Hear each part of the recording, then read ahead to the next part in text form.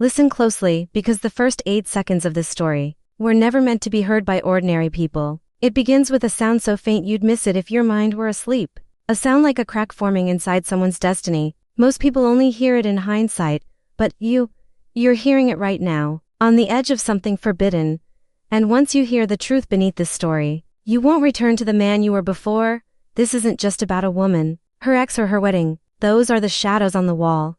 The real shape is behind them, the machinery, the hidden architecture of pride, ego hierarchy, and control, the kind society installs in us long before we understand what's moving us. Isabel didn't know she was part of that system, neither did Damien. Neither does most of the world, but every action they took, every choice they thought was theirs, was orchestrated by forces older and darker than love or heartbreak. Isabel, the woman who walked as if mirrors followed her, not because she was empty. No, emptiness is obvious. Her problem was different. She was full of reflections that weren't hers. Images planted in her since she was a child. Images telling her what success should look like, whom she should stand beside, how she should measure her worth. Society had carved those expectations into her like inscriptions on stone. Your value is in the man beside you. Your elevation depends on how others rank your life. If no one envies you, you have nothing to celebrate. These aren't beliefs, they're controls. Psychological control systems disguised as goals, standards, preferences. And Isabel followed them the way a prisoner follows the only light in a dark cell, mistaking confinement for guidance. So when she left Damien, she believed she was choosing better. But she wasn't choosing at all. She was obeying. Damien, on the other side of the story, was bound by his own invisible codes. Codes handed to men like chains wrapped in compliments. Be strong, don't complain, work harder, provide or disappear. These expectations don't break men instantly. They drain them slowly until one day, they stand at a mirror and fail to recognize the quiet, patient version of themselves society punished for not being louder, richer, ruthlessly ambitious. Damien was that man, loyal, steady, good-hearted, but the world doesn't reward calm waters. It worships storms. When Isabel left him with the words "love doesn't pay bills," she wasn't being cruel, she was being conditioned, and Damien, he wasn't being abandoned. He was being redirected. But neither of them knew that. Not yet. When she met Richard, the wealthy, polished, cinematic version of the man she thought she deserved, she felt chosen again. Validated, confirmed. She mistook luxury for destiny, and speed for certainty. Richard wasn't just a man to her, he was a symbol. He represented everything her inner programming told her she needed to prove that she hadn't wasted her youth on someone ordinary. But symbols are hollow. They shine bright until you touch them. Then you realize the light wasn't theirs, it was borrowed. Her wedding became a spectacle long before the vows were spoken. The hall, the decorations, the gown with layers that could smother an entire room, all of it was engineered to say one thing: look at me, I won. But you should never celebrate a victory before you understand the battlefield, because pride's real. Ancient pride isn't a feeling, it's a trapdoor, one that opens when you're at the peak of the staircase, never at the first step. The moment she added Damien's name to the guest list with that wicked smile, she believed she was being bold, daring, iconic. But she was lighting a fuse that had been waiting for years, not to destroy her, no, to reveal her. Pride always exposes before it breaks. Damien received that invitation not like a man invited to a celebration, but like a soldier summoned to a battlefield he never prepared for. He wasn't angry. He wasn't hopeful. He was awakening, and awakenings born from pain are different. They don't shout, they don't tremble, they sharpen. By the time he walked into that church wearing the simple suit he painstakingly polished, he wasn't the man she left behind. He was the man forged from everything she didn't value. Invisible men don't stay invisible forever. They become shadows, and shadows see everything. The church was a monument of luxury that day. Gold accents, cameras, choirs singing like they were offering their voices to the heavens. But the only real spotlight wasn't on the groom. It was on the unspoken tension between past and present. Sitting 5 rows apart, Isabel entered in her gleaming gown, feeling the weight of 100 admiring eyes. But admiration is a fragile currency. It fades the moment a familiar presence enters the room. Her eyes found Damien's for a fraction of a second. That was enough. Something inside her cracked, not loudly, not visibly, but deep enough that her smile tightened, her breath shortened, and her heartbeat remembered the things she tried to erase. She quickly forced herself back into character, the triumphant bride, the elevated woman, the living proof that moving on can look expensive, but the truth has weight. And truth recognized truth when she saw Damien's calm, steady face. He wasn't broken. He wasn't pining. He wasn't shattered by loss. He looked free. freedom is dangerous. More dangerous than wealth, more dangerous than pride. Because a person who is free inside can break illusions with a single glance, and that is exactly what happened in that church. Isabel felt it. The unraveling, the faint, trembling awareness that maybe she didn't upgrade, maybe she just escaped discomfort. And escape is not the same as elevation. She could feel Rita's eyes on her, the one friend who kept warning her that pride dances beautifully until it falls. And pride was swaying on very thin legs that day, halfway through the ceremony. As the pastor's voice echoed through the hall and the chores' voices rose behind him, something in the air shifted. The moment felt suspended, like the room itself was holding its breath. This is where I ask you to do something, because if you've followed the descent this far, you're no longer a spectator, you're awakening with them, and awakening must be sealed. Type this in the comments twice. I see through the mirror. I see through the mirror. It is not ritual, it is recognition. Back at the altar, the moment of truth approached like a shadow crossing a doorway. Do you, Richard, take Isabel? He smiled. Wealth always smiles first. It knows it has the room's approval, and then, do you, Isabel, take Richard? She answered, but her voice trembled at the edges, not enough for the crowd to hear, but enough for her soul to feel. Then came the line that turned the air cold. You may now. And just before the words finished, just before the kiss, Isabel looked once more at Damien. Not to taunt him now, not to flaunt victory, but because something inside her whispered, this wasn't the win you thought it was. And the ceremony, the moment, the illusion, all hung frozen on that breath. The air inside the church shifted in a way no microphone could capture. It wasn't the choir, or the perfume, or the weight of 100 watching eyes. It was something older, an unseen force rising through the floorboards like a truth long buried. And in that suspended moment, just before the pastor uttered the final words that would seal 2 lives together, a realization crept through Isabel's chest like cold smoke. She had invited her past to witness her future, but the past wasn't sitting quietly.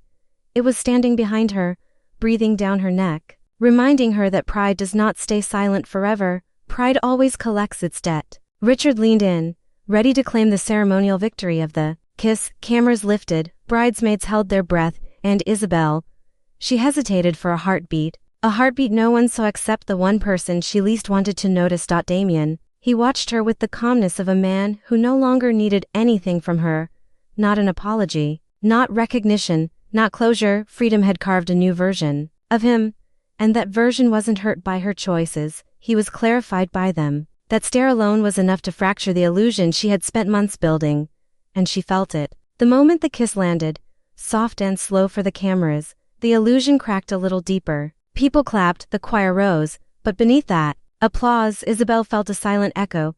This is not what you think it is. After the ceremony, the reception hall glowed like a palace, lights shimmered, guests laughed, photographers moved like hunters capturing every angle of her crafted perfection. But underneath it all, beneath the music and the decor and the curated smile plastered on her face, something inside her was unraveling. Because a woman can fake happiness in front of a crowd, but she cannot fake the truth to herself. Richard celebrated, loudly, proudly, surrounded by men who admired his money and women who admired his aura. He carried himself like a king, but kings often make one mistake. They assume loyalty is purchased through luxury. They forget that loyalty, real loyalty, is earned through hard patience, sacrifice, the very things Damien once offered her without asking for anything in return. And that contrast began to haunt her. For the first time that night, she looked at Richard not through the lens of status or wealth or external validation but through clarity. And clarity is cruel. It strips away fantasies, illusions, social expectations, until all that's left is what's real. Richard wasn't the love she chose, he was the escape she ran to. But an escape is not a destiny, an escape is just the doorway you take when you fear standing still. While she wrestled with the truth, Damien stood at the back of the hall, quiet, observant, alone. But not lonely. His silence wasn't emptiness, it was power. He had walked through heartbreak without bitterness, through loneliness without craving attention, through disappointment without collapsing. A man who survives the loss of what he once believed was everything, becomes someone dangerous to the world's illusions. Dangerous not because he harms others, but because he can see through them. He becomes immune to manipulation, immune to flattery, immune to the systems that try to define his worth.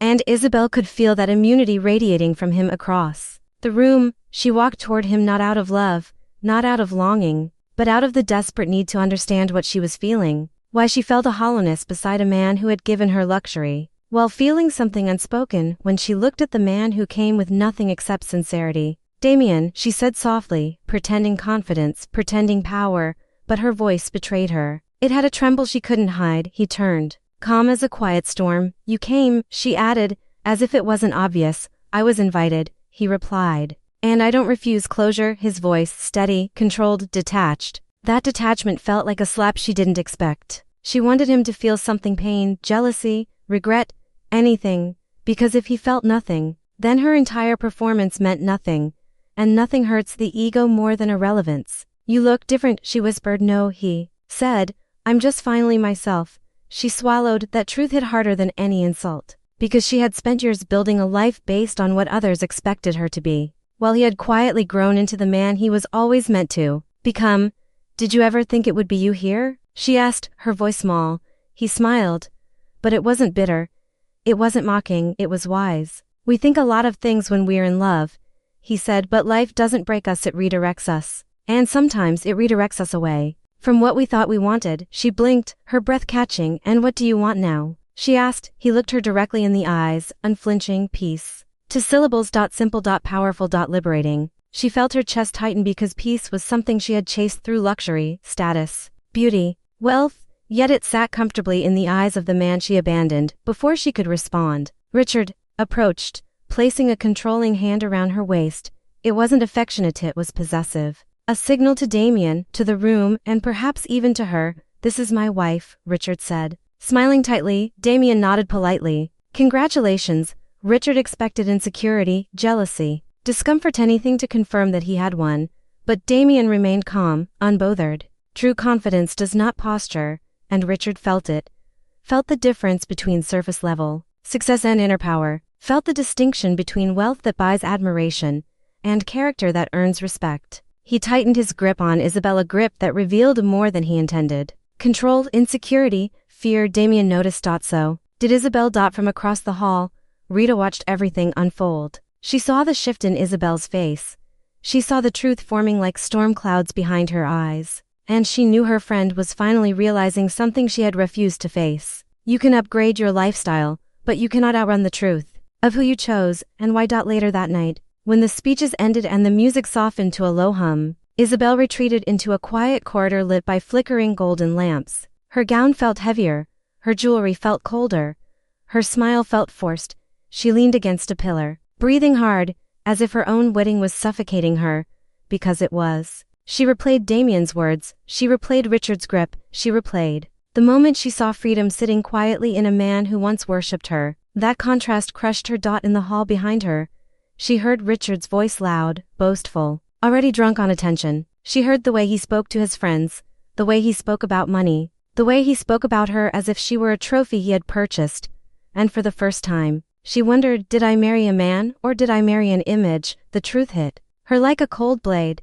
She had chosen the man who made her look valuable, not the man who made her feel valued. Her throat tightened. Her eyes burned, not with regret, not with nostalgia, but with the dawning realization that she had traded sincerity for spectacle. And spectacles end the moment the lights go off. She walked back into the hall and saw Damien leaving quietly. No grand exit, no lingering glance, no emotional plea. Just a man stepping into a new chapter of his life with a steady stride.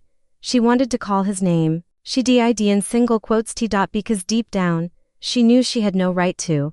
He didn't belong to her story anymore, but she would belong to the memory of his absence for the rest of her life. As he stepped out into the night, disappearing into the darkness like a lesson she learned too late, Isabel realized something painful, something ancient. The greatest punishment pride ever gives is clarity. She turned and saw Richard laughing loudly, unaware of the storm forming behind her smile, unaware that the one person who could have broken her had instead awakened her. She whispered to herself, barely audible, "What have I done?" But the answer didn't come from within her. It came from the silence Damien left behind. And that silence was louder than the entire wedding. You stepped forward, not because you trust the voice guiding you, but because something inside you knows you've already crossed the point of return. The door behind you isn't just closed, it has vanished, absorbed into the darkness like it never existed. And now, the corridor ahead hums with a faint low-frequency vibration, the kind that doesn't travel through the air but through bone. The voice walks beside you. Though you can't see him, "You're not here to learn," he says quietly. you're here to remember. The hall flickers. For a brief moment you see fragments drifting like dust in light. A hand reaching, a name you once loved, a night you tried to forget. It all dissolves in seconds. Your pulse rises, but the voice notices, relax, these are only the first layers. You asked for truth. This is what truth looks like before it aligns. You reach another door, unlike the last. This one isn't symbolic or mysterious. It looks painfully familiar. The kind of door you'd seen every day without questioning it, white, plain, with a metal handle. Normal. To normal, open it. He whispers. You do. And the world inside is your world. The one you walk through every day without knowing it was an illusion. The room looks like a memory that has been repainted by someone who never saw it but heard a description. Same layout. Wrong feeling. The air is too still. The shadows don't follow the rules of the light. The clock doesn't tick. And then you see yourself sitting on the floor. Knees pulled in. Head down, breathing shallow. You freeze. The voice leans in beside your ear, close enough for you to feel a cold outline of breath. Don't be afraid. This isn't a double. It's what you left behind to become the version walking with me. Your other self, the one on the floor, lifts their head slowly. The eyes are hollow but pleading, not asking for help, asking for permission. A quiet tremor runs through you. Go ahead, the guide says, ask anything. So you do. Your voice cracks when you speak. Why are you here? The other you whispers, because you abandoned me the day you decided to stop feeling. The room vibrates. The light pulses, the walls breathe. You feel something slam in your chest, the kind of recognition that hurts. You try to step back, but the voice behind you places a hand on your shoulder. No retreat now. You wanted the truth. This is the part no one survives by running. You turn back to your abandoned self. They continue. Every choice you avoided, every emotion you buried, every moment you pretended didn't hurt, they didn't vanish. You locked them in here. You locked me in here. You swallow hard. This isn't supernatural. This isn't metaphorical. This is personal. Your breath shakes. The guide speaks again. Break the cycle. Tell them what you never allowed yourself to say. You kneel. Your other self watches you with trembling hope. The kind of hope that has been waiting years for someone to return. And for the first time, your voice comes out not as a whisper, but as a truth pulled straight from the spine. I'm sorry. The walls shudder. Your other self exhales in relief, a deep, aching, collapsing breath. And then they dissolve, not violently, not painfully, but like smoke returning to its source. Into you, through you, around you. Your chest tightens. Then expands. You feel whole for the first time in years, maybe ever. The guide speaks again. Good. Now you understand the first truth.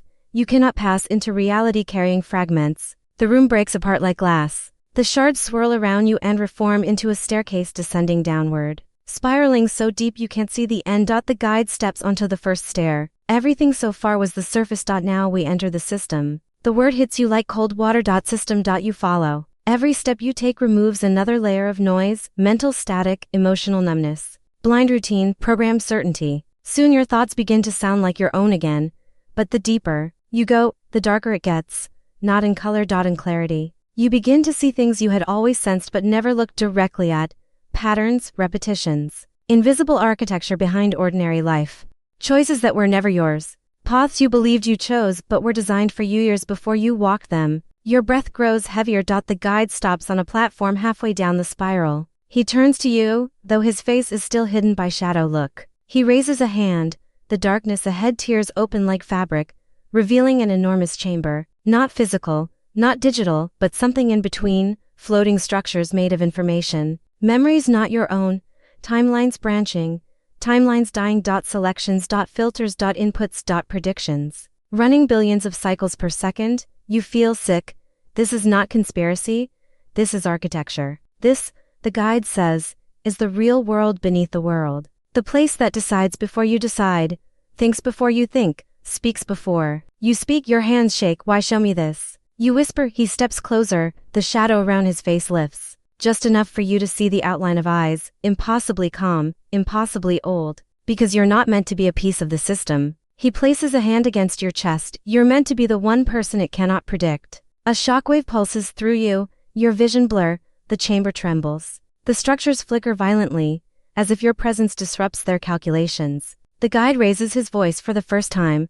Remember who you were before they taught. You do forget. The chamber destabilizes, the lights stutter, something begins collapsing behind you. A chain reaction triggered by your existence. The guide pulls you close.